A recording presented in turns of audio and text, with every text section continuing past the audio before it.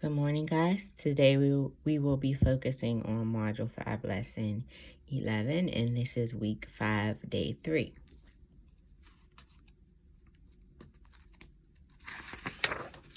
Okay, so for the warm-up, they want you to look at the tape diagram and complete it, and then they want you to write a number sentence to match the tape diagram and complete this number bond. So you're completing a number bond, and you're going to write a number sentence to match the tape diagram. So they're telling you from here to here is a whole, which means you're going to count up how many total parts you see. So right now I want you to count it. If you said 4, perfect. So this will be 1/4. This will be 2/4.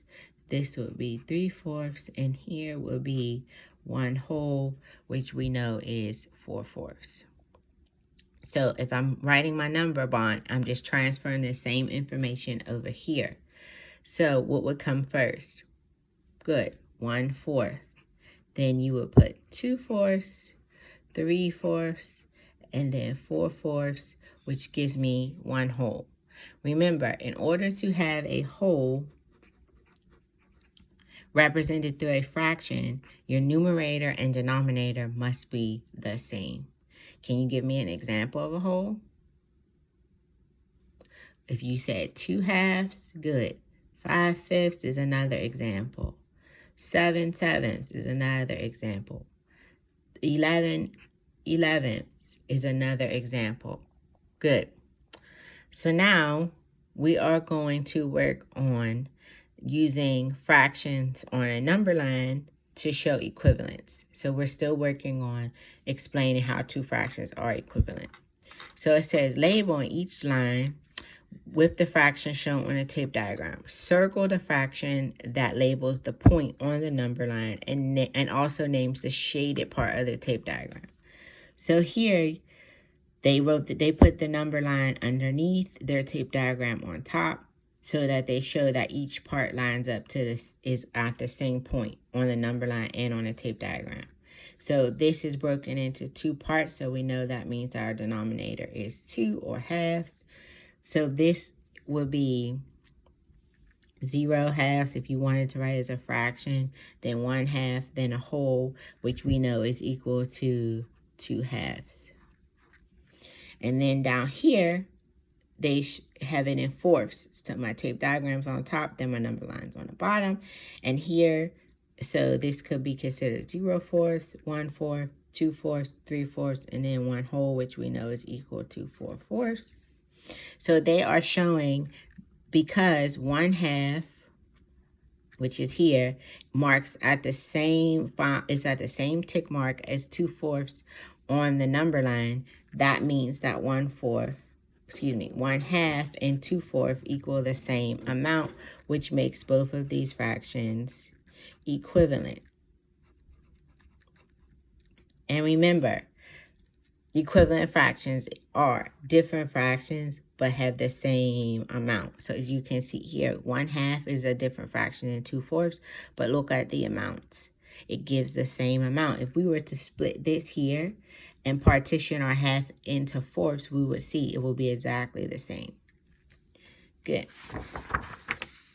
So now they created a number sentence using multiplication to show that. And remember, when I'm working on number sentences to show equivalence through fractions, I must multiply or divide by a whole.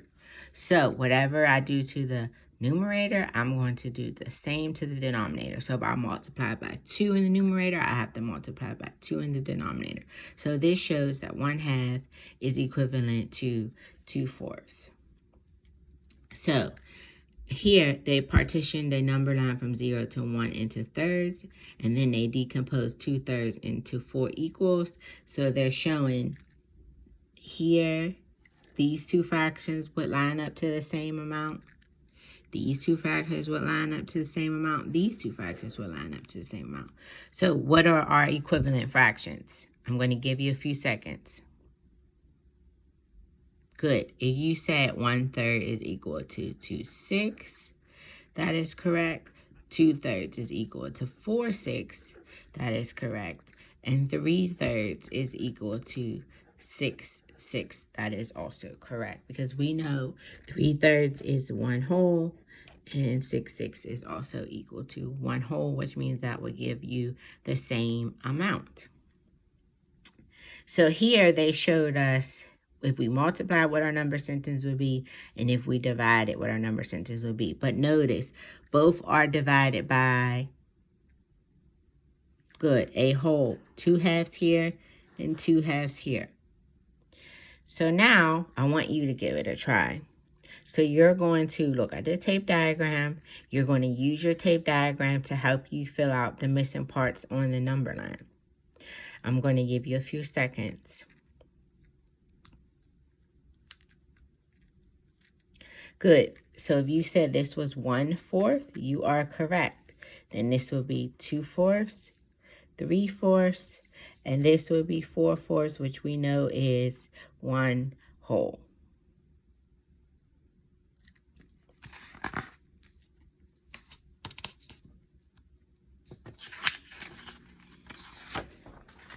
Okay, so now they gave us another number line, but it is fifths.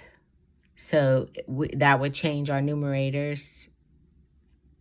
Well, not change our numerators, I'm sorry. That changes our denominator. So I want you to add in the numerators. My apologies. I'm going to give you a few seconds.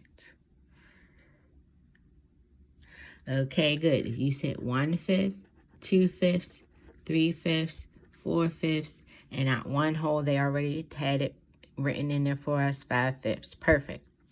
Give yourself a quick pat on the back. Now, it says write a number sentence using multiplication to show what fraction represented on the number line is equivalent to 2/5. So they multiplied by 2 halves to find another fraction that is equivalent to 2/5. So we know 2 times 2 is 4. 5 times 2 is 10. So this shows me that 2/5 is equal to 4/10.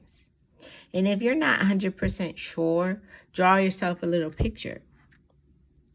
So you can use your area model to help you or use another tape diagram. So I would start off as fifths. Remember, try to get your parts as equal as possible. Mine are not that equal. This one is too big over here, but it's okay. Then I would shade in 2 of my fifths. And now I'm going to see where can I add a line to partition my figure into tenths and see what I still get for tenths. I know 5 times 2 is 10, as they just told me. So that means if I create one part into 2 parts, that would give me tenths. So if I make a line here, now that's 2 parts. So if I'm going to extend my line all the way across horizontally, now I'm going to count up my parts. Excuse me. 1, 2, 3, 4, 5, 6, 7, 8, 9, 10. So it started as 2/5. Now I have tenths, and I have 1 tenth, 2 tenths, 3 tenths, 4 tenths shaded. So I just checked to make sure that was correct. Perfect. So down here, they're taking the larger fraction, and they are reducing it to or simplifying it to get it as close to a unit fraction as possible. So they divided this time by 2 halves. And we know 4 divided by 2 is 2. 10 divided by 2 is 5. So 4/5 is equal to 2/5. Again, we proved it. All right. So now begins the problem set. So you're going to look at the tape diagram, and then you're going to line up the tape diagram with your number line, and you are going to add the fractions onto the number line. Same thing from this page. Now here, they're going to ask you to draw a number line and then decompose it into 2 6 into 4 equal lengths. So you're going to have to create, you can do the same thing up here. Start with a tape diagram to add your number line and use that to help you show your work. Okay, that is all for today. Bye.